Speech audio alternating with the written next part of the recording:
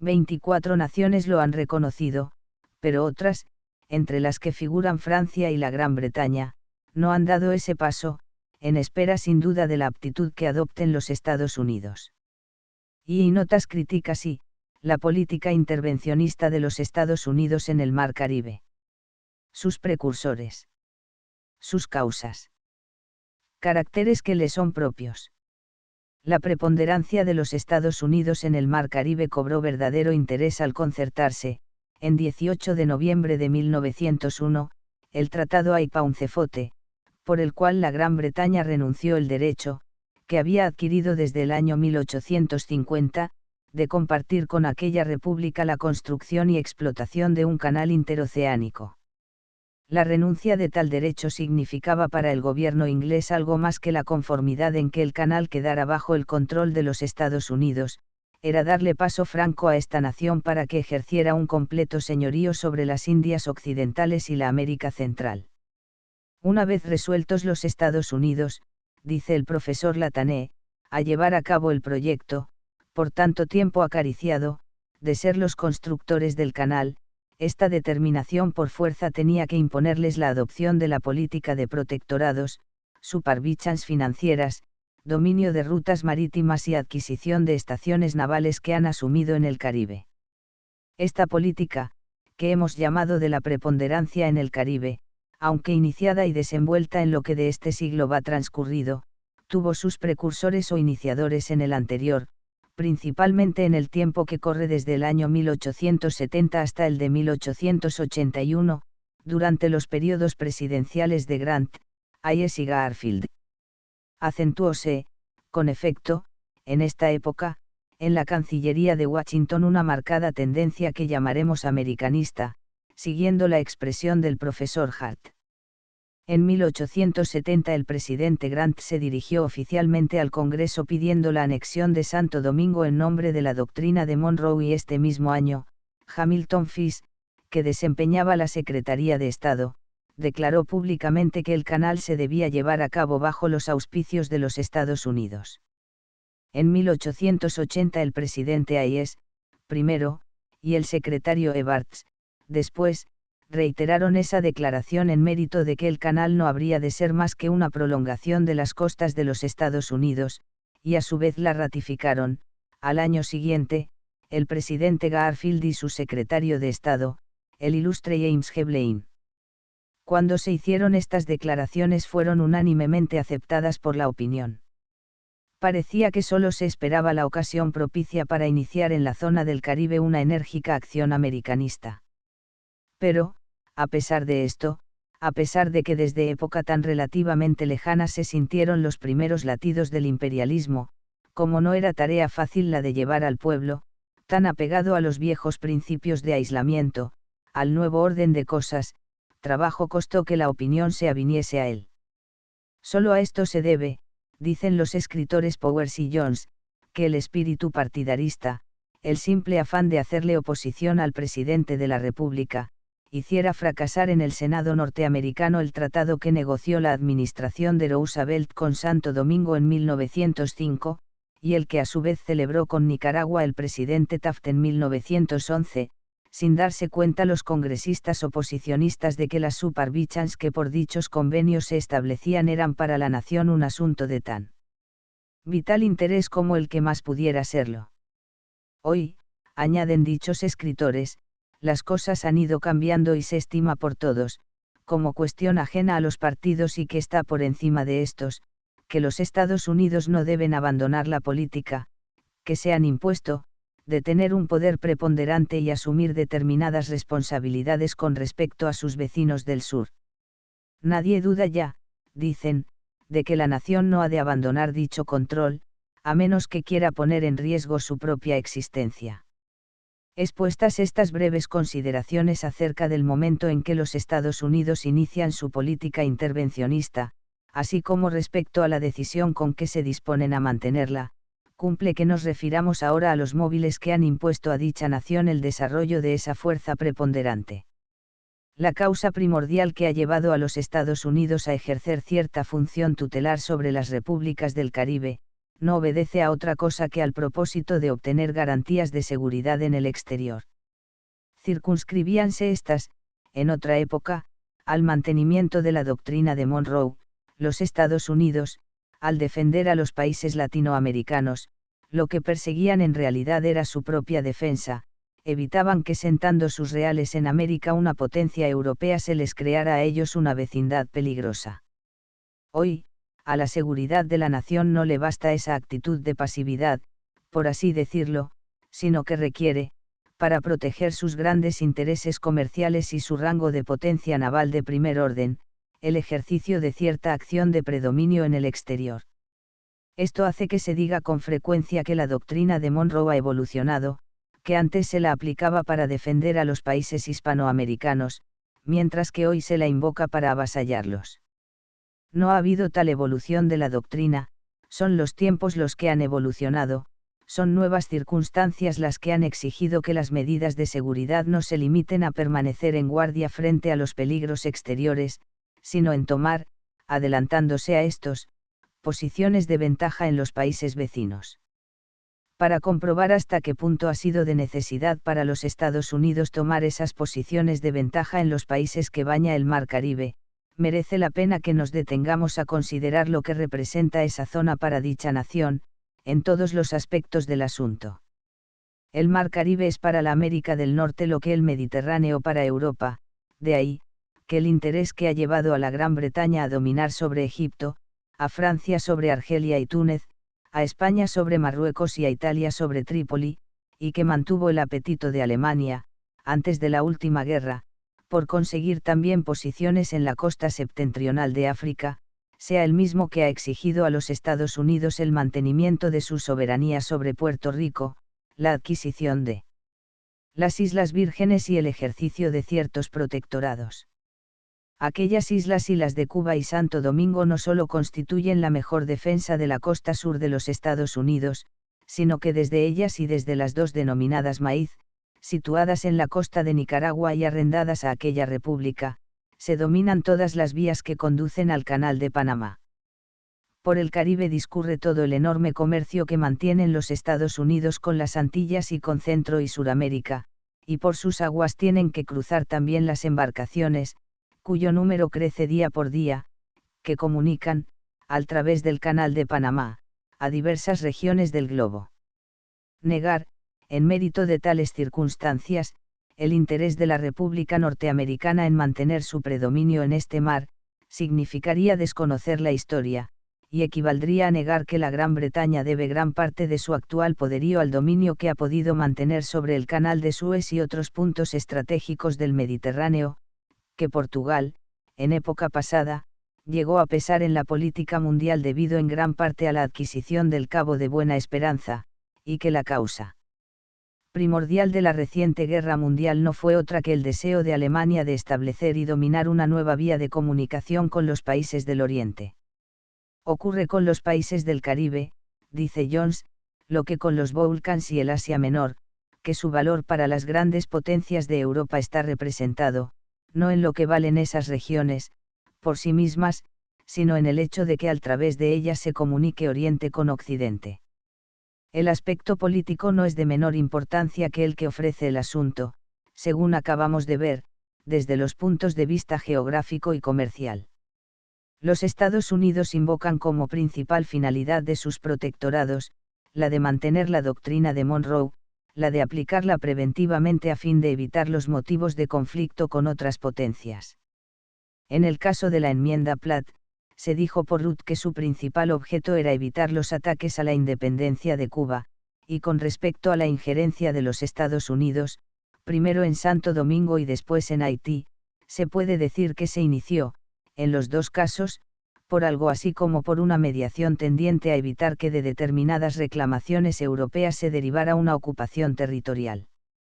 Al ejercer los Estados Unidos los protectorados que han asumido sobre estas islas, y sobre las repúblicas de Panamá y Nicaragua en Centroamérica, protegen sus intereses, pero se convierten al propio tiempo, dicen sus estadistas, en los mejores fiadores de la independencia de dichas repúblicas. Para ninguna otra potencia, dicen también, ofrecen las mismas por múltiples razones, el interés que tienen para los Estados Unidos. Hay un último aspecto, que podríamos llamar estratégico, al que nos vamos a referir ahora y que ofrece aún mayor importancia que los anteriores. No es la República Norteamericana la única potencia naval que tiene intereses en este mar. El territorio de Belice, en la costa de Honduras, y Jamaica, que es una de las Antillas Mayores, pertenecen a la Gran Bretaña, y en el grupo de las menores, las Barbadas, Trinidad y otras islas, son también colonias inglesas. La Martinica y Guadalupe pertenecen a Francia, y Curazao pertenece a Holanda, y aunque por el momento no parece probable que los intereses de estas naciones lleguen a ponerse en pugna con los de la Unión Norteamericana, dicha circunstancia no es suficiente para que esta nación deje de prevenirse contra los peligros de la brusquedad de un cambio en la política mundial. La peculiar situación de Colombia y de México, con costas que hacen frente a los dos océanos, habría de ser también motivo de inquietud para los Estados Unidos, como observa Powers, en caso de un conflicto internacional. Estas dos repúblicas, debido a dolorosas circunstancias que por fortuna ya pasaron, con razón o sin ella, se sienten agraviadas y no han estado en buena disposición de amistad hacia los Estados Unidos, y estos, que no desconocen el hecho, no pueden perder de vista la importancia que el mismo pudiera tener si llegaran a verse envueltos en guerra con una potencia europea o asiática. El imperialismo de los Estados Unidos tiene caracteres que le son peculiares. Para convencerse de ello basta compararlo, en su origen y en sus tendencias, con el de las naciones de Europa. Después de consolidarse en Europa un grupo de naciones fuertes, pero sin ser ninguna bastante poderosa para dominar a las otras, y de crearse entre ellas una situación especial, un estado de equilibrio basado en el respeto mutuo y en el que cada una tenía los mismos derechos, algo así como una transacción entre la idea de dominación universal y la autonomía de los pueblos, dichas potencias, como si solamente pudieran vivir dentro de un perpetuo estado de rivalidad, llevaron su competencia a tierras lejanas. Aprovechando el nacimiento del sistema industrial, por los recursos que brindaba, especialmente para la navegación, se apoderó de ellas un afán desmedido por establecer colonias en todas las regiones del globo, por distantes que estuvieran. Ocuparon en Asia, África y la Oceanía cuantos territorios pudieron ser acaparados, y el continente americano también hubiera sido objeto de reparto, a no ser por el mantenimiento de la doctrina de Monroe. Desde entonces hasta hoy, como dijo en notable conferencia el Dr. Montoro, la expansión nacional ha sido el interés primordial de las grandes potencias del viejo mundo y la causa de todas las guerras en que éste se ha visto envuelto. La actividad imperialista de dichas naciones no ha tenido otra finalidad que la de dominar el mercado importador de la colonia, zona de influencia o territorio protegido que de ella ha sido objeto, y absorber al propio tiempo su producción, siempre en provecho de la metrópoli y excluyendo la competencia comercial de otras naciones, en unos casos por medio del monopolio y en otros acudiendo al sistema de las tarifas diferenciales. La misma Francia, que al crearse el vasto imperio colonial que hoy posee iba tras un fin político más bien que económico, pues solo procuraba encontrar en el exterior algo que compensara la derrota del año 1870, ha reducido en beneficio propio las tarifas aduaneras de sus posesiones, llegando esa reducción en algunos casos hasta el 58%. El imperialismo norteamericano en su aspecto intervencionista, que es al que ahora nos referimos, no a aquel otro que consistió en el movimiento expansionista, a virtud del cual se fueron agregando a la Unión los territorios que hoy forman su enorme área, no se ha inspirado, al revés de lo que ha ocurrido con el de las naciones de Europa, en ningún propósito económico. Los Estados Unidos no han establecido su esfera de influencia sobre las repúblicas de Cuba, Santo Domingo, Haití, Panamá y Nicaragua con objeto de acaparar mercados ni recabar ventajas para su comercio. Su finalidad ha sido política, se ha reducido a ejercer sobre las repúblicas vecinas determinado control, que solo llega, por lo regular, al límite de lo necesario, y, aunque se inspira dicho intervencionismo en la salvaguardia de los intereses de la nación, dicen distinguidos escritores norteamericanos que produce como consecuencia la de garantizar la independencia de dichas repúblicas. En la aprobación de la enmienda Platt, dijo nuestro eximio maestro el doctor Antonio Gobín, no medió el intento de vulnerar la independencia de Cuba, sino que, por el contrario, se aspiró a protegerla. Compartimos estas ideas, reconociendo como un hecho cierto que la política intervencionista de los Estados Unidos no ambiciona la anexión de nuevos territorios, pero se hace forzoso reconocer también que, limitada y todo como es su acción, la Cancillería de Washington, llegado el momento de mantenerla, no repara en medios, ni reconoce obstáculos. Buena prueba de ello la constituyen el gesto del presidente Roosevelt al ordenar que se prohibiera el desembarque de las fuerzas de Colombia destinadas a reprimir la revolución que culminó en la independencia del Istmo, so pretexto de que iban a entorpecer el tránsito por el ferrocarril, y la actitud que algunos años después adoptó en Nicaragua la administración de Wilson, favoreciendo una revolución que al triunfar impuso en recompensa la celebración del tratado por el cual los Estados Unidos adquirieron determinadas ventajas en el territorio de aquella república. 2. La injerencia norteamericana en las repúblicas de Cuba, Panamá, Santo Domingo, Haití y Nicaragua, a tenor de los tratados vigentes y en la práctica. Censuras de que ha sido objeto. Aunque en los tratados celebrados por los Estados Unidos, en 22 de mayo de 1903, con la República de Cuba, en 18 de noviembre del mismo año, con la de Panamá, en 8 de febrero de 1907, con la de Santo Domingo, en 3 de agosto de 1914, con la de Nicaragua, y en 16 de septiembre de 1915 con la de Haití, se persigue la misma finalidad, esto es, asegurar el predominio de la nación norteamericana en la zona del Mar Caribe. Dichas convenciones no encierran las mismas disposiciones. Parecía lógico que, siendo el control sobre Cuba el primero que asumían los Estados Unidos, se reprodujeran las prescripciones de la ley que lo autorizó, o sea la enmienda Platt, en los tratados que celebraron después con aquellas otras repúblicas, pero el examen de la materia que ha sido objeto de tales tratados, y que hacemos a renglón seguido, revela que no fue así. Las disposiciones de la enmienda Platt, que son las mismas del Tratado Permanente de 22 de mayo de 1903, se pueden resumir en dos grupos. En el primero están comprendidas las prescripciones inspiradas en la doctrina de Monroe y en la defensa de los intereses de los Estados Unidos como potencia naval, y en el segundo, aquellas en que se le concede a esta república cierta injerencia en determinados asuntos, de orden interno, de la nación cubana. Pertenecen al primero, la disposición por la cual se previene al gobierno de Cuba que no celebrará con ninguna potencia extranjera tratado alguno por el cual se menoscabe la independencia, o se le otorgue el asiento o control sobre una porción de la isla, bien para colonizarla, bien para cualquier propósito naval o militar, y aquella otra en que se conviene en ceder o arrendar a la República Norteamericana las tierras necesarias para estaciones navales, corresponden al segundo aquellas prescripciones por virtud de las cuales el gobierno de Cuba se compromete a no contraer deudas exageradas, consiente en que los Estados Unidos intervengan para la conservación de la independencia, para el mantenimiento de un gobierno adecuado para la protección de las vidas, las propiedades y la libertad individual y para el cumplimiento de las cláusulas del Tratado de París pertinentes a Cuba, y se obliga a mantener la isla en buenas condiciones sanitarias. En el tratado con Panamá, cuya finalidad no fue otra que la de obtener la cesión del territorio necesario para la construcción del canal, el poder intervencionista no tiene la amplitud que en la enmienda Platt.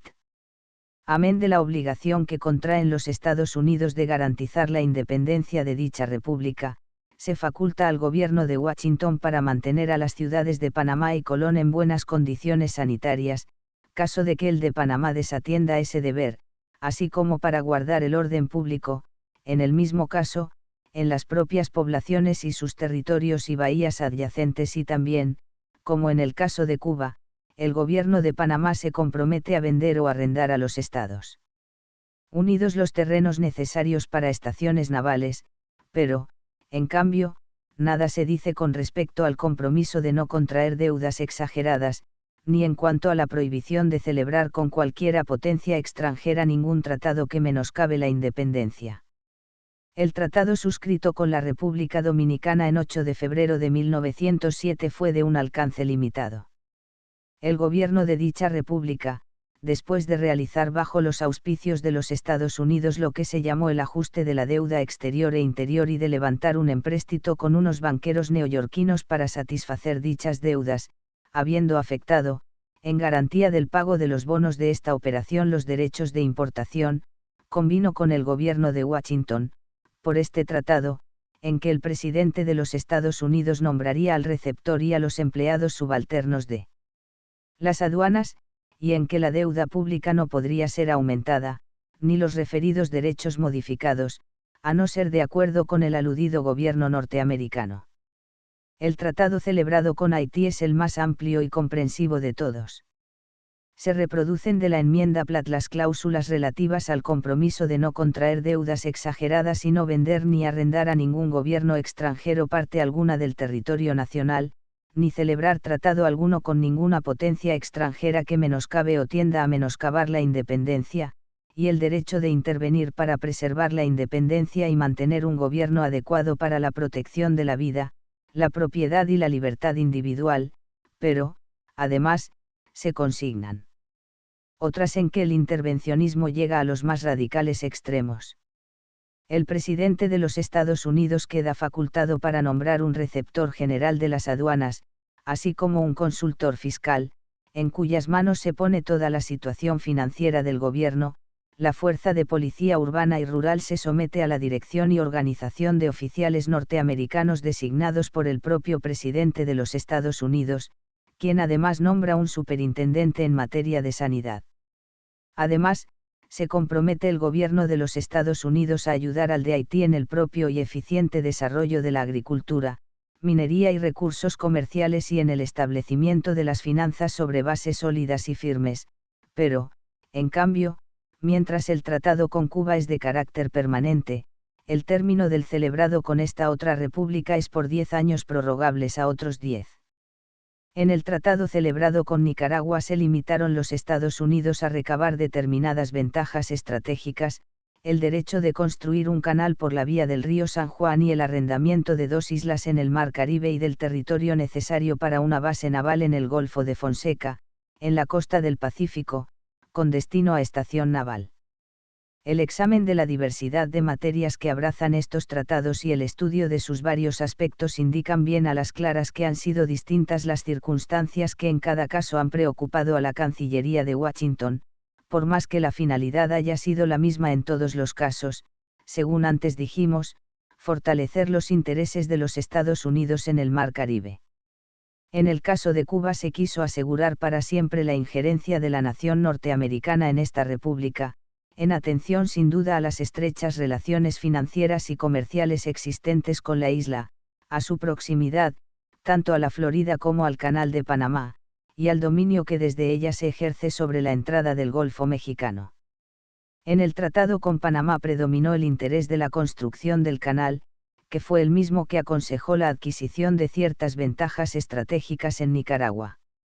El convenio celebrado con Santo Domingo respondió al interés de evitar los peligros de una intervención europea, y en el estipulado con Haití, teniendo en su inicio la misma causa, se quiso ofrecer a esta república la oportunidad de rehabilitarse, adquiriendo las prácticas del gobierno propio. Con el examen de estos convenios internacionales no se completa, sin embargo, el estudio de la influencia y supervisión que ejercen los Estados Unidos en las repúblicas de Cuba, Panamá, Santo Domingo, Haití y Nicaragua. Del orden de cosas que ha existido en Cuba y en Panamá se puede decir, en líneas generales, que se compadece con la legalidad establecida por sus respectivos tratados, pero este no es el caso de las otras 3 repúblicas. En Santo Domingo ha sido suprimido el gobierno propio, en Haití solo queda un asomo del mismo y en Nicaragua, donde se limitaron los Estados Unidos a recabar posiciones y ventajas estratégicas, la Cancillería norteamericana ha llegado a tomar un incremento decisivo en la política y en las finanzas. La política intervencionista en la zona del Mar Caribe ha llegado a infundir cierta desconfianza, con respecto a los propósitos de los Estados Unidos, a gran parte de la opinión en los países de Hispanoamérica, sin que hayan bastado para desvanecer tal recelo las reiteradas declaraciones formuladas por los estadistas norteamericanos en el sentido de que aquella república no se vale de la superioridad de su fuerza para destruir soberanías, sino que la aprovecha tan solo para asegurar su preponderancia. Labor inútil o infructuosa sería la nuestra, si nos dedicáramos a criticar la función tutelar de los Estados Unidos, en sí misma, como hecho, a fin de juzgar de su bondad o de su justicia. Nada más lejos de nuestros propósitos. La política expansionista de los grandes estados es un fenómeno que se impone por igual a los fuertes y a los débiles, a aquellos como una exigencia, como una condicional de su existencia, y a estos últimos haciendo caso omiso de su voluntad, es decir, a despecho de ella. Frente a los hechos que se imponen por sí mismos, a que las palabras. Los fenómenos políticos, dice Ingenieros, no son el resultado de una libre elección de medios y de fines por parte de los pueblos o de los gobiernos. Los pueblos fuertes, agrega el ilustre sociólogo argentino, se consideran encargados de tutelar a los otros, extendiendo a ellos los beneficios de su civilización más evolucionada. Los débiles suelen protestar, oponiendo la palabra derecho a la fuerza del hecho. Los medios necesarios para ejercer la tutela pueden parecer injustos, pero la historia ignora la palabra justicia, se burla de los débiles y es cómplice de los fuertes. Después de todo, añadimos nosotros, la tan decantada igualdad de los estados no ha existido nunca y mucho menos ha de ser viable hoy, en que nuevos medios y nuevas circunstancias estrechan de día en día las relaciones de interdependencia de todos los pueblos de la tierra. Pero si la tarea de hacer la crítica de las causas determinantes de la función tutelar de los Estados Unidos resultaría estéril o innecesaria, no se puede decir otro tanto acerca del estudio de los medios adoptados para ejercer dicha tutela. Tal estudio nos ha de permitir conocer si aquella política se reduce a los límites que señalan las necesidades en que se inspira, o si trasciende a excesos innecesarios, extremos todos cuyo conocimiento resulta por demás de positivo interés. En la imposibilidad de enumerar todos los cargos que se pueden aducir contra los Estados Unidos, a este respecto, vamos a referirnos a los más fundamentales. Llama la atención, en primer lugar, la forma en que se ejerce dicha política. Revela su examen que no responde a un plan, a un estudio meditado y detenido de la materia, no hay uniformidad, no se observa una orientación definida, una línea de conducta uniforme. Cada actuación lleva el sello de quien la realiza, en cada episodio van impresas la voluntad y las ideas de quien en el momento de su ocurrencia desempeña la presidencia de la vecina república, de ahí que se diga que la determinación del gobierno de Washington resulta en cada caso una incógnita. La comisión enviada a La Habana por el presidente Roosevelt, en 1906, con objeto de poner fin a la revolución que entonces existía en la isla, acordó una solución que de hecho equivalía al triunfo de aquella. 3 años después, habiendo estallado en Nicaragua una revolución contra el presidente Zelaya, contribuyó también a su triunfo, de manera decisiva, la actitud que asumió contra dicho gobernante el presidente Taft. En cambio, en 1917 el presidente Wilson, haciendo buenas las palabras vertidas en el discurso pronunciado en Movila en 27 de octubre de 1913, aplicó en 2 ocasiones su teoría contraria al reconocimiento de los gobiernos que fuesen producto de la violencia, una, con motivo de la revolución de que fue teatro Cuba en febrero de 1917, y otra, este mismo año, con ocasión del golpe de Estado que depuso a Alfredo González de la presidencia de Costa Rica. Otro aspecto de la política intervencionista de los Estados Unidos, gráficamente denominado diplomacia del dólar, contra el cual, con verdadero fundamento, ha sido unánime la protesta, aun en los propios Estados Unidos, estriba en el hecho de que dicha política, en algunas ocasiones, se ha puesto al servicio de determinados intereses privados.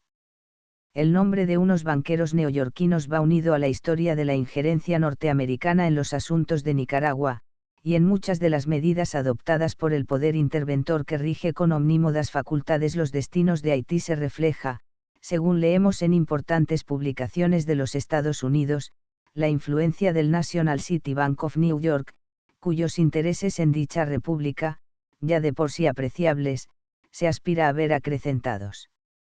Pero donde la crítica concentra sus ataques es cuando se trata de la situación actual de las repúblicas dominicana y haitiana.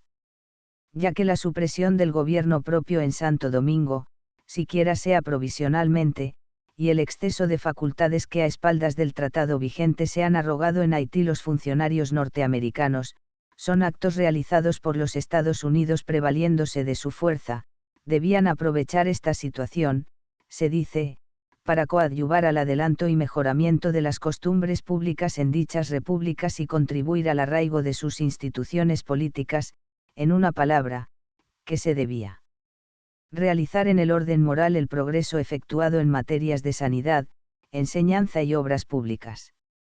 Lejos de proceder de esta manera el gobierno de Washington, haciendo las cosas en forma que no se compadece con los antecedentes del pueblo norteamericano, con su cultura y con la misión que, por lo visto, le ha confiado la historia en este continente, ha sometido dichas repúblicas a un régimen en el que la libertad individual ha sido reducida a su expresión más insignificante, en el que la jurisdicción civil ha sido sustituida por la militar, y que solo podrá traer una paz material de efímera duración. Estas cosas ocurren, se ha dicho también, en primer lugar, porque el pueblo de los Estados Unidos las ignora, demasiado preocupado en sus asuntos interiores, cuando fija la mirada en la política exterior es para atender a los asuntos de Europa, en lo que estos le pueden interesar, y en segundo término, porque en esta materia el presidente es el único árbitro, sus facultades no están regladas, pudiendo proceder en todas las cosas a medida de su discreción. Algo más que la conveniencia de los estados protegidos, el propio interés de la nación protectora exige que la actividad intervencionista revista una forma distinta a la seguida hasta hoy en aquellas repúblicas. Para que una nación, que se presenta como directora de otras en la escena del mundo, pueda desarrollar con éxito sus planes expansionistas, dijo hace años en memorable conferencia el doctor Enrique José Varona, requiérese que concurra, entre otras circunstancias, la de que esos planes estén presididos, revelen, un superior estado de cultura. Inglaterra, dijo por vía de ejemplo, ha podido mantener su vasto imperio colonial, gracias a que siempre ha sabido contar con hombres que se han colocado a la altura de los difíciles empeños que se les han encomendado, desde aquel famoso Lord Durham, de grata recordación para los americanos, hasta Sir Alfred Milner, cuya gestión en Egipto es una maravilla. Es lo probable que cambie en breve este orden de cosas. Una de las imputaciones hechas con más frecuencia durante la reciente campaña presidencial, contra la administración de los demócratas, se ha referido a su actuación en los asuntos de Haití y Santo Domingo, y habiendo sido electo el candidato del Partido Republicano, lógico parece que se incline por nuevos derroteros la intervención en los asuntos de estas dos repúblicas. Seríamos injustos si, antes de pasar adelante, no reconociéramos que no ha sido ese el tono dominante en la política intervencionista de los Estados Unidos.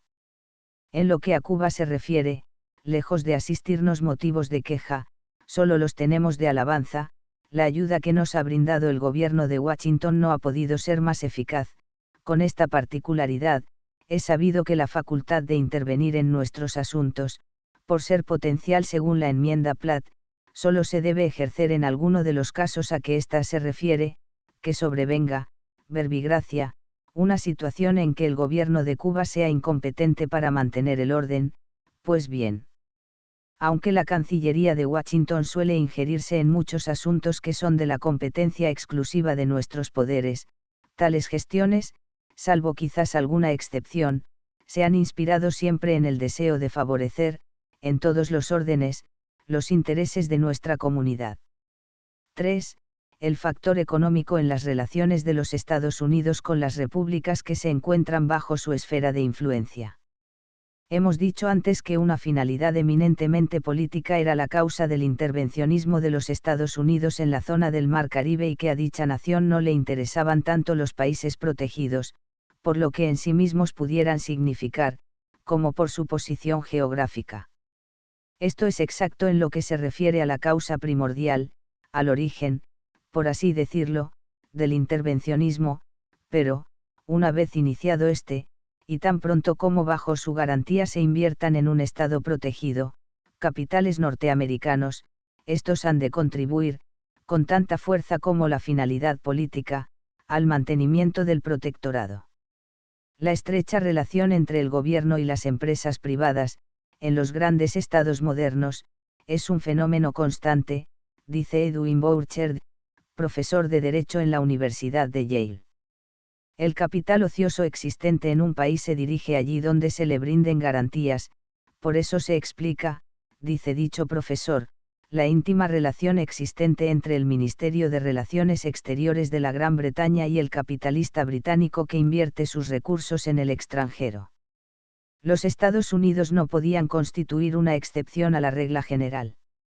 La influencia política desenvuelta por esta república en el exterior tenía que ser seguida, y lo ha sido, por la expansión comercial, con una particularidad, que ha contribuido a acrecentar este hecho, que se produce siempre de una manera natural, la circunstancia, puramente casual, de que el inicio de la política intervencionista de esta nación ha coincidido con el momento en que, ya colmadas las necesidades de su comercio y de sus industrias interiores, sus hombres de negocios comenzaron a pensar en la conveniencia de invertir sus capitales en el exterior. Buena prueba de lo que representa el factor económico en las relaciones entre el Estado protector y el protegido, la constituye un detalle de nuestra historia, que podemos citar aquí. Cuando en 1906 intervinieron los Estados Unidos en nuestra contienda civil, hubieron de darle la razón a los alzados en armas, como dijo el doctor Varona en una serie de artículos que en aquel entonces vieron la luz, porque no vinieron a moralizarnos, sino a apaciguarnos, miraron la cuestión desde un ángulo visual americano y por eso exigieron que a todo trance se hiciera la paz. El factor económico tiene otro aspecto de no menor importancia, desde el punto de vista político y cuya fuerza ha de crecer a medida que se estrechen las relaciones comerciales entre los Estados Unidos y sus estados protegidos. Nos referimos al consumo de la producción de estos últimos en el mercado norteamericano. Los hombres de los países fríos necesitan consumir determinados productos de los países tropicales, lo exige el tipo de vida del trabajador americano, ha dicho un economista. Cuando ocurra en las otras repúblicas lo que acontece hoy en Cuba, cuando se diga de su producción lo que hoy se dice y repite entre nosotros, como respondiendo a una convicción, que los Estados Unidos no pueden prescindir de nuestra azúcar, llegado este momento, la necesidad de que las revueltas no afecten a la producción, constituirá un motivo que ha de campele a los Estados Unidos, con tanta fuerza como los demás, a exigir a dichas repúblicas que vivan en paz. 4. Injerencia de la administración del presidente Wilson en determinados asuntos, de orden interno, de las repúblicas de México, Costa Rica y Guatemala. ¿Qué razón existe, se dirá, para que la política intervencionista de los Estados Unidos alcance solamente a las repúblicas de Cuba, Haití, Santo Domingo, Panamá y Nicaragua, y no se ejerza también sobre las otras repúblicas centroamericanas?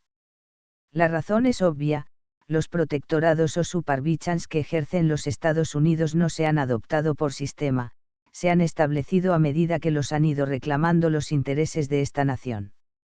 En el caso de las islas de Cuba y Santo Domingo, preocupóse el gobierno norteamericano por la posición de las mismas, a causa de estar situadas frente a la costa meridional de los Estados Unidos y dominando, además, las vías que conducen al canal, y con respecto a Panamá y Nicaragua, la necesidad de dominar y controlar la comunicación interoceánica fue la que determinó la supremacía sobre estos dos países.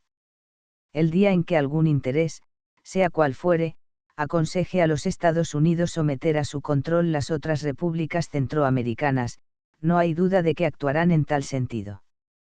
Por lo pronto, ciertos sucesos, ocurridos en Costa Rica y Guatemala durante la administración de Wilson, demuestran que los Estados Unidos observan de cerca los destinos de dichas repúblicas y que les preocupa, con respecto a ellas, algo más que el interés, de carácter general, de que no celebren alianzas embarazosas con las naciones de otros continentes.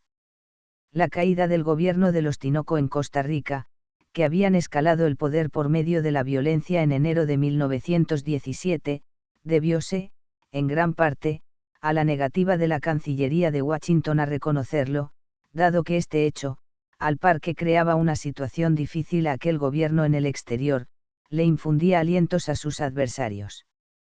La misma actitud, adoptada con respecto a Guatemala a mediados del año 1919, produjo, aunque en un orden inverso, el propio resultado, la nota enviada al presidente Estrada Cabrera insinuándole la conveniencia de que no pensara en reelegirse, es indudable que contribuyó a su caída de manera decisiva. El gobierno del presidente Wilson se ha inmiscuido también, en más de una ocasión, en los asuntos de la República Mexicana. Su actitud, negándose a reconocer a Huerta, que bien o mal, tuerto o derecho, como dijo Ruth, era el presidente de facto y poniendo en ejecución cuanto arbitrio podía contribuir a su caída, no fue otra cosa que una intervención. No es probable, sin embargo, que los Estados Unidos lleguen a ejercer su control sobre esta república.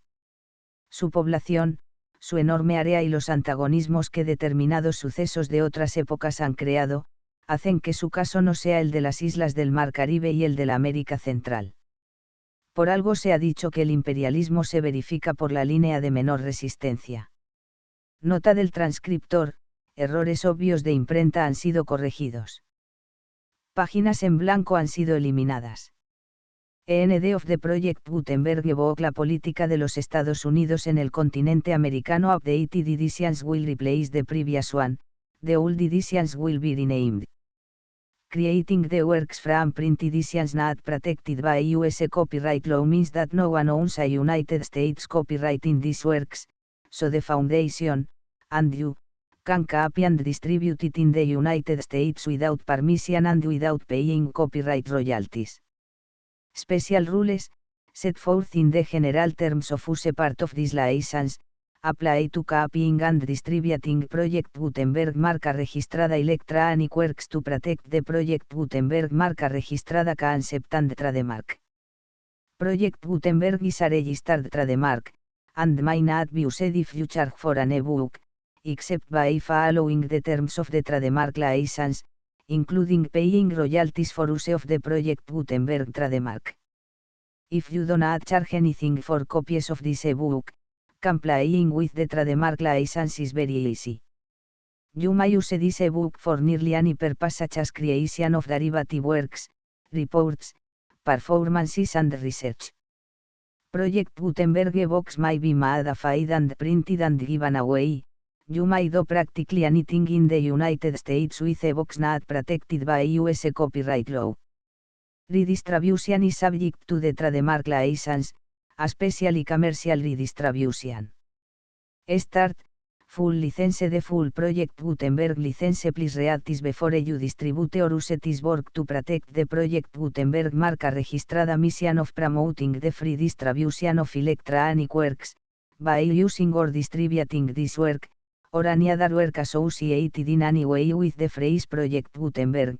You agree to comply with all the terms of the full Project Gutenberg marca registrada license available with this file or online at www.gutenberg.org/license.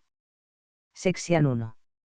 General Terms of Use and Redistributing Project Gutenberg marca registrada Electronic Works 1. By reading or using any part of this Project Gutenberg marca registrada Electronic Work, you indicate that you have read, understand, agree to and accept all the terms of this license and intellectual property, trademark/copyright, agreement. If you do not agree to abide by all the terms of this agreement, you must cease using and return or destroy all copies of Project Gutenberg marca registrada Electronic Works in your possession. If you paid a fee for obtaining a copy or access to a Project Gutenberg marca registrada Electronic Work and you do not agree to be bound by the terms of this agreement, you may obtain a refund from the person or entity to whom you paid the fee set forth in paragraph 1.8. 1b. Project Gutenberg is a registered trademark. It may only be used on or associated in any way with an electronic work by people who agree to be bound by the terms of this agreement. There are a few things that you can do with most Project Gutenberg marca registrada Electronic Works even without complying with the full terms of this agreement. See paragraph 1c below. There are a lot of things you can do with Project Gutenberg marca registrada electronic works if you follow the terms of this agreement and help preserve free future access to Project Gutenberg marca registrada electronic works. See paragraph 1 below. 1.c de Project Gutenberg Literary Archive Foundation, the Foundation or PLAF, owns a compilation copyright in the collection of Project Gutenberg marca registrada electronic works. Nearly all the individual works in the collection are in the public domain in the United States. If an individual work is unprotected by copyright law in the United States and you are located in the United States, we do not claim a right to prevent you from copying, distributing, performing, displaying or creating derivative works based on the work as long as all references to Project Gutenberg are removed.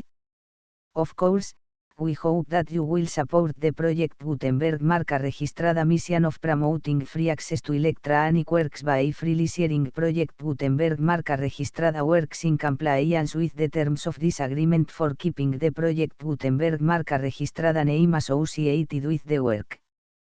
You can easily comply with the terms of this agreement by keeping this work in the same format with its attached full Project Gutenberg marca registrada license when you share it without charge with others.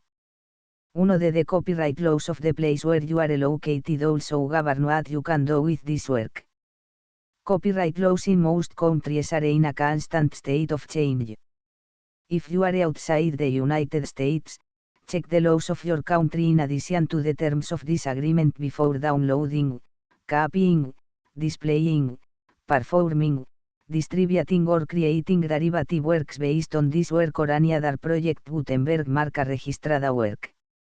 The Foundation makes no representations concerning the copyright status of any work in any country other than the United States.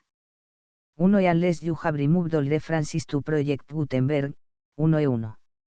The following sentence, with active links to, or other immediate access to, the full Project Gutenberg marca registrada license must appear permanently whenever any copy of a Project Gutenberg marca registrada work, any work on which the phrase Project Gutenberg appears, or with which the phrase Project Gutenberg is associated, is accessed, displayed, performed, viewed, copied or distributed.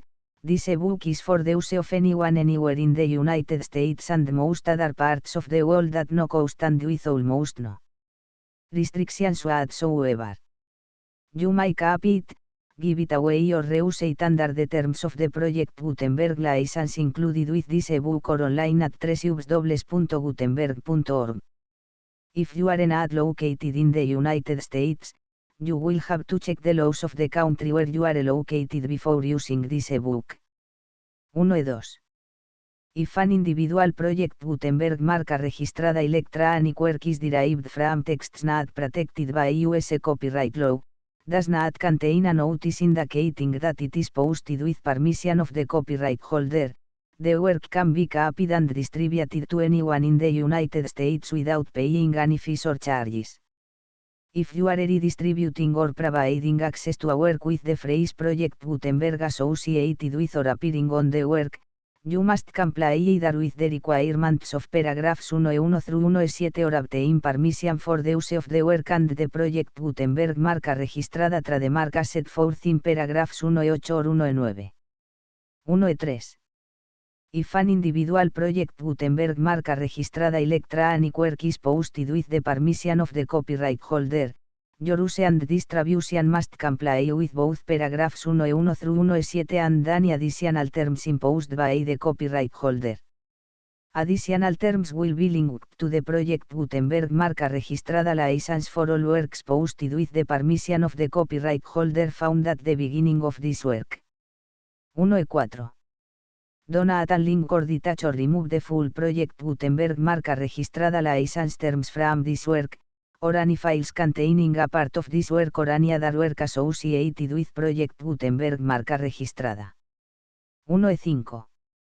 Do not copy, display, perform, distribute or redistribute this electronic work, or any part of this electronic work, without permanently displaying the sentence set forth in paragraph 1 with active links or immediate access to the full terms of the project Gutenberg marca registrada license. 1.6. You may convert to and distribute this work in any binary, compressed, marked up, non-proprietary or proprietary form, including any word processing or hypertext form. However, if you provide access to or distribute copies of a project Gutenberg marca registrada work in a format other than plain vanilla SCI or other format used in the official version posted on the official project Gutenberg marca registrada website, www.gutenberg.org, you must, at no additional cost, fee or expense to the user, provide a copy, a means of exporting a copy, or a means of obtaining a copy upon request, of the work in its original plain vanilla SCI or other form. Any alternate format must include the full project Gutenberg marca registrada license as specified in paragraph 1.1. 1.7. Do not charge a fee for access to, viewing, displaying, performing, copying or distributing any project Gutenberg marca registrada works unless you comply with paragraph 1.8 or 1.9. 1.8. You may charge a reasonable fee for copies of or providing access to or distributing project Gutenberg marca registrada electronic works provided that, you pay a royalty fee of 20% of the gross profits you derive from the use of project Gutenberg marca registrada works calculated using the method you already use to calculate your applicable taxes. The fee is owed to the owner of the project Gutenberg marca registrada trademark, but has agreed to donate royalties under this paragraph to the project Gutenberg Literary Archive Foundation. Royalty payments must be paid within 60 days following each date on which you prepare, or are legally required to prepare, your periodic tax returns. Royalty payments should be clearly marked as such and sent to the project Gutenberg Literary Archive Foundation at the address specified in Section 4, Information about donations to the project Gutenberg Literary Archive Foundation.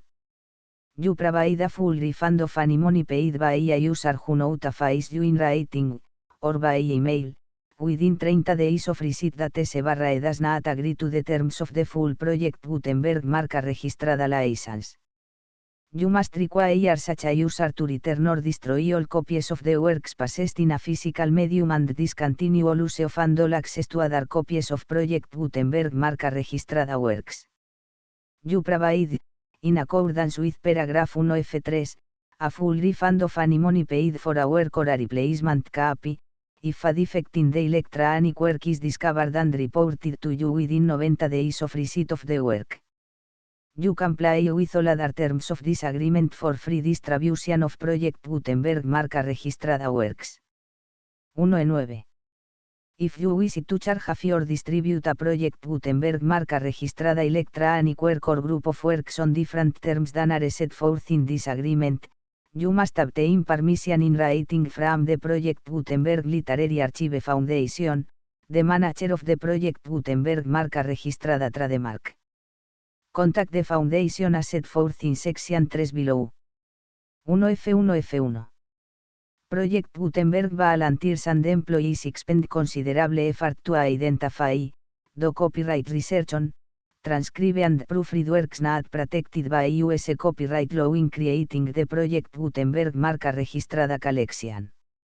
Despite these efforts, Project Gutenberg marca registrada electronic works, and the medium on which they may be stored, may contain defects such as, but not limited to, incomplete, inaccurate or corrupt data, transcription errors, a copyright or other intellectual property infringement, a defective or damaged disk or other medium, a computer virus, or computer codes that damage or cannot be read by your equipment. 1F2. Limited warranty, disclaimer of damages, except for the right of replacement or refund described in paragraph 1F3, the project Gutenberg Literary Archive Foundation, the owner of the project Gutenberg marca registrada trademark, and any other party distributing a project Gutenberg marca registrada electronic work under this agreement, disclaim all liability to you for damages, costs and expenses, including legal fees. You agree that you have no remedies for negligence, strict liability, breach of warranty or breach of contract except those provided in paragraph 1F3. You agree that the foundation, the trademark owner, and any distributor under this agreement will not be liable to you for actual, direct, indirect, consequential, punitive or incidental damages even if you give notice of the possibility of such damage. 1F3. Limited right of replacement or refund. If you discover a defect in this electronic work within 90 days of receiving it, you can receive a refund of the money, if any, you paid for it by sending a written explanation to the person you received the work from. If you received the work on a physical medium, you must return the medium with your written explanation. The person or entity that provided you with the defective work may elect to provide a replacement copy in lieu of a refund. If you received the work electronically, the person or entity providing it to you may choose to give you a second opportunity to receive the work electronically in lieu of a refund. If the second copy is also defective, you may demand a refund in writing without further opportunities to fix the problem. 1F4. Except for the limited right of replacement or refund set forth in paragraph 1F3, this work is provided to you as is, with no other warranties of any kind, express or implied, including but not limited to warranties of merchantability or fitness for any purpose. 1F5. Some states do not allow disclaimers of certain implied warranties or the exclusion or limitation of certain types of damages. If any disclaimer or limitation set forth in this agreement violates the law of the state applicable to this agreement, the agreement shall be interpreted to make the maximum disclaimer or limitation permitted by the applicable state law. The invalidity or unenforceability of any provision of this agreement shall not void the remaining provisions. 1F6. Indemnity.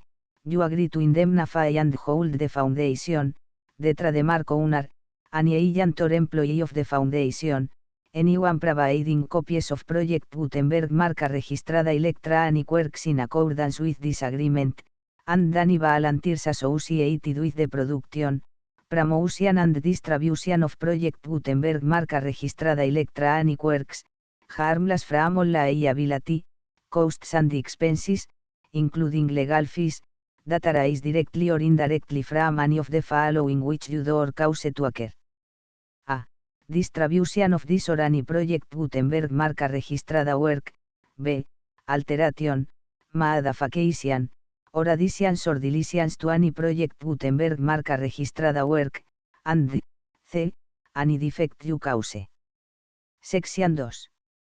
Information about the mission of Project Gutenberg marca registrada. Project Gutenberg marca registrada is synonymous with the free distribution of electronic works in formats readable by the widest variety of computers including obsolete, old, middle-aged and new computers.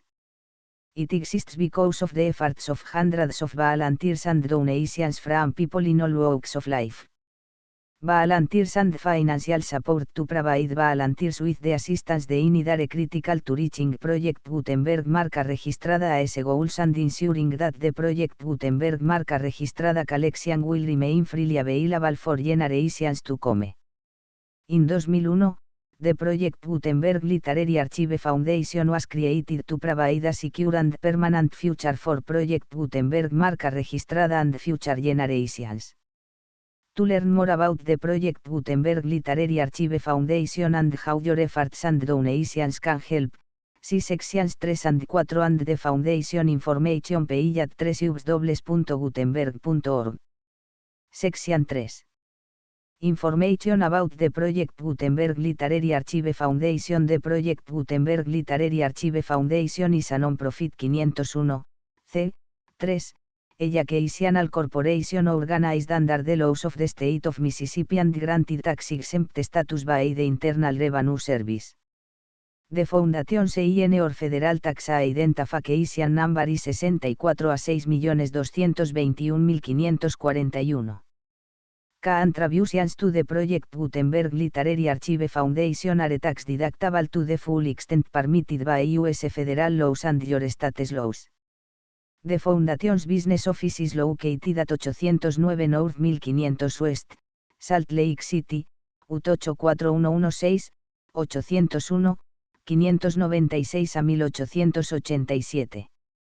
Email contact links and up-to-date contact information can be found at the Foundation's website and the official page at www.gutenberg.org/contact section 4.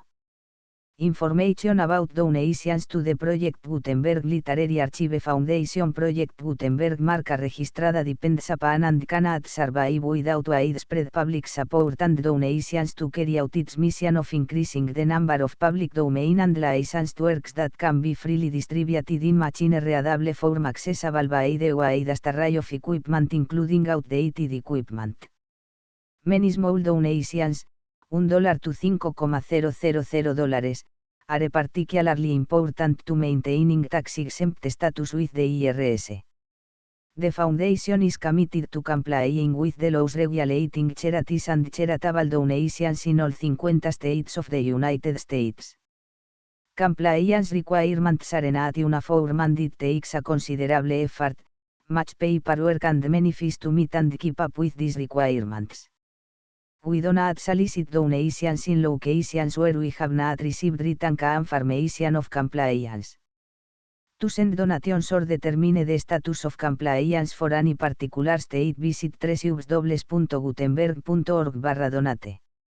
While we cannot and do not solicit contributions from states where we have not met the solicitation requirements, we know of no prohibition against accepting unsolicited donations from donors in such states who approach us with offers to donate. International donations are gratefully accepted, but we cannot make any statements concerning tax treatment of donations received from outside the United States. US laws allow some for small staff. Please check the Project Gutenberg web pages for current donation methods and addresses. Donations are accepted in a number of other ways including checks, online payments and credit card donations. To donate, please visit www.gutenberg.org/donate. Section 5. General Information about Project Gutenberg marca registrada. Electronic Works Professor Michael S. Hart was the originator of the Project Gutenberg marca registrada concept of a library of electronic works that could be freely shared with anyone. For 40 years, he produced and distributed Project Gutenberg marca registrada a books with only a loose network of volunteer support. Project Gutenberg marca registrada a books are often created from several printed editions, all of which are confirmed as not protected by copyright in the US unless a copyright notice is included. Thus, we do not necessarily keep a box in compliance with any particular paper edition. Most people start at our website, which has the main page search facility, www.gutenberg.org. This website includes information about Project Gutenberg marca registrada, including how to make donations to the Project Gutenberg Literary Archive Foundation, how to help produce our new ebooks, and how to subscribe to our email newsletter to hear about new ebooks. A text prepared by Carlos Colón, Adrián Mastronardi, and the online distributed proofreading team, http://www.pgdp.net from page images generously made available by Internet Archive /American Libraries, http://archive.org/details/americana. La política de los Estados Unidos en el continente americano. Índice. Primera parte. La expansión territorial y la ocupación de territorios contiguos a 1783, área comprendida entre los montes Alleghenies y el río Mississippi. B. 1803, Luisiana. C. 1819, Florida. D. 1845, Texas. E. 1848, Alta California y Nuevo México. F. 1846, Oregon. G. 1854, el Valle de Mesilla. 2. La adquisición de territorios distantes a, 1867, Alaska. B. 1898, Hawái. C. 1898, Puerto Rico, las Filipinas y Guam. D. 1899, Tutuila. E. 1916, las Antillas danesas. 3 notas críticas acerca del movimiento expansionista. Segunda parte. La doctrina de Monroe y su antecedente, la política del aislamiento o de las dos esferas. 2. Sus orígenes. 3. Relación de los casos en que ha sido aplicada. Afirmaciones positivas. Afirmaciones negativas. A. Los Estados Unidos no consienten que las naciones europeas adquieran territorios en América, ni que realicen acto alguno del que se pueda derivar esa adquisición. B. Los Estados Unidos tampoco consienten que una nación europea obligue a otra de América a cambiar su forma de gobierno. C. Los Estados Unidos no toleran que una colonia europea sea transferida por su metrópoli a otra potencia europea. D. Los Estados Unidos no hacen materia de pacto los principios que envuelve la doctrina de Monroe. E. La doctrina de Monroe no reza con las colonias europeas existentes al ser promulgada, ni se aplica a la lucha de una colonia con su metrópoli. F. Los Estados Unidos no intervienen en las demostraciones puramente punitivas que hagan los gobiernos europeos contra naciones americanas, con tal de que de esos actos no se derive una ocupación de territorio. G. Los Estados Unidos no intervienen en caso de guerra entre naciones americanas. H. Los Estados Unidos no se oponen a que una nación europea sea árbitro en una cuestión entre naciones americanas. IV. Notas críticas. Verdadera significación de la doctrina de Monroe. Contribuyó a darle popularidad y fuerza, la circunstancia de que defendiera el principio del gobierno propio. El mantenimiento de la doctrina de Monroe es siempre de actualidad para los Estados Unidos. Sobre los casos en que ha sido infringida la doctrina de Monroe. Fue en un tiempo de carácter presidencial exclusivamente, pero hoy es también congresional. La doctrina de Monroe y el derecho internacional. La doctrina de Monroe en los actuales momentos. Tercera parte. La preponderancia en el Caribe. A Cuba. B. Panamá. C. Santo Domingo de Haití. E. Nicaragua. F. Costa Rica. G. Guatemala. H. México. Y notas críticas. I. La política intervencionista de los Estados Unidos en el Mar Caribe. Sus precursores. Sus causas. Caracteres que le son propios. 2. La injerencia norteamericana en las repúblicas de Cuba, Panamá, Santo Domingo, Haití y Nicaragua, a tenor de los tratados vigentes y en la práctica. Censuras de que ha sido objeto. 3. El factor económico en las relaciones de los Estados Unidos con las repúblicas que se encuentran bajo su esfera de influencia. 4.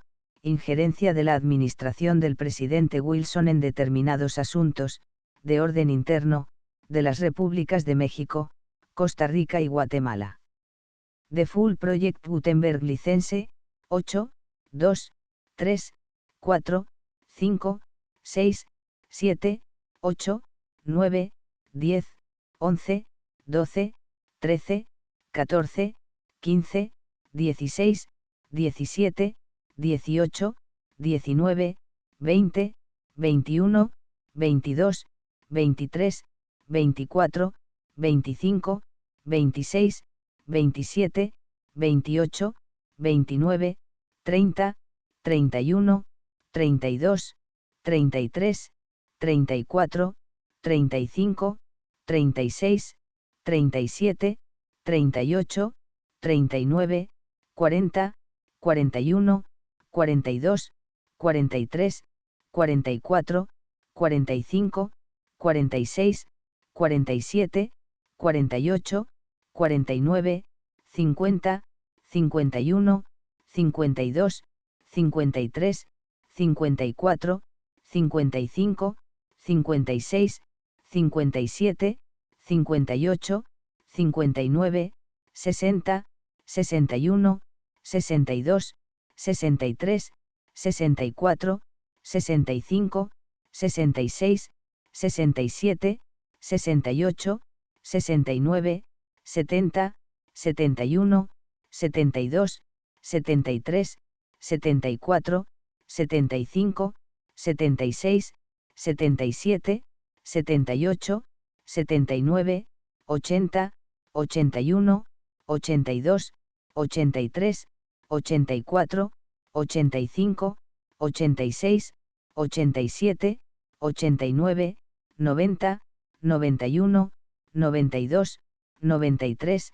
94, 95, 96, 97, 98, 99, 100, 101, 102, 103, 104, 105, 106, 107, 108, 109, 110, 111, 112, 113, 114, 115, 116, 117, 118, 119, 120, 121, 122, 123, 124, 125, 126, 127, 128, 129, 130, 131, 132, 133, 134, 135, 136, 137, 138, 139, 140, 141, 142, 143, 144, 145, 146, 147, 148, 149, 150, 151, 152, 153, 154, 155, 156, 157, 158, 159, 160, 161, 162, 163, 164, 165, 166, 167,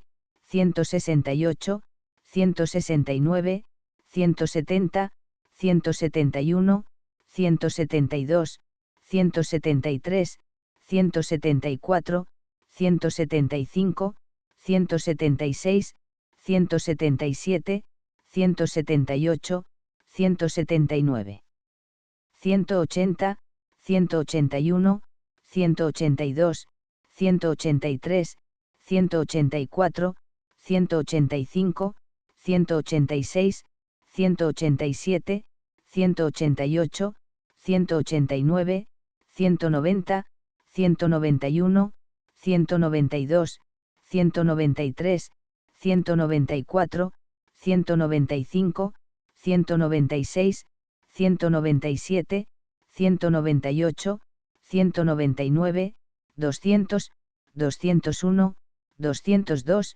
203, 204, 205, 206, 207, 208, 209, 210, 211, 212, 213, 214, 215, 216, 217, 218, 219, 220, 221, 222, 223, 224, 225, 226, 227, 228, 229, 230, 231, 232, 233, 234, 235, 236, 237, 238, 239, 240, 241, 242, 243, 245, 246, 247, 248, 249, 250, 251, 252, 253, 254, 255, 256, 257, 258, 259, 260, 261, 262, 263, 264, 265, 266, 267, 268, 269, 270, 271, 272, 273, 274, 275, 276, 277, 278, 279, 280, 281, 282, 283, 284.